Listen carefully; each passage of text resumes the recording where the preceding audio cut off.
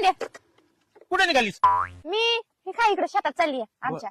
आईला पण टेन्शन मध्ये दिसायला लागलीस तू हा? लय भांडे टेन्शन आहे, काय करू. काय झालंय काय माझं लग्न जमलंय. जमलंय बाय हा जमलंय, पण मला पोरगाच पसंत नाही. काय म्हणतेस हो. तुला पोरगा पसंत नाही हा बरं, तुला कसा पोरगा पाहिजे मला ना भांड्या, तुला सांगू का मला पोरगा कसं पाहिजे. गोंडस निरागस असा साधा असला पाहिजे रे. त्याने मला सांभाळून घेतलं पाहिजे, जपलं पाहिजे. असं तुला सांगू का, तुझ्यासारखा सेम लोकांची मदत करणारा असा पोरगा पाहिजे. एक काम कर ना ती त्या पोराला दे सोडून आणि माझ्यासोबत लग्न कर. हा बघ, मग तुझं आतलं पटत नाही मग. हा? हा मग तुला ते पसंत नाही ना, मग तरी बोला त्यासोबत लग्न करणार का? मग मी पसंत आहे ना, मग माझ्यासोबत लग्न करणार. असं नाही कधी म्हणलं. आताच म्हणली ना तुझ्यासारखा पोरगा पाहिजे म्हणून. तुझ्यासारखं म्हणलं, तू नाही म्हणलं.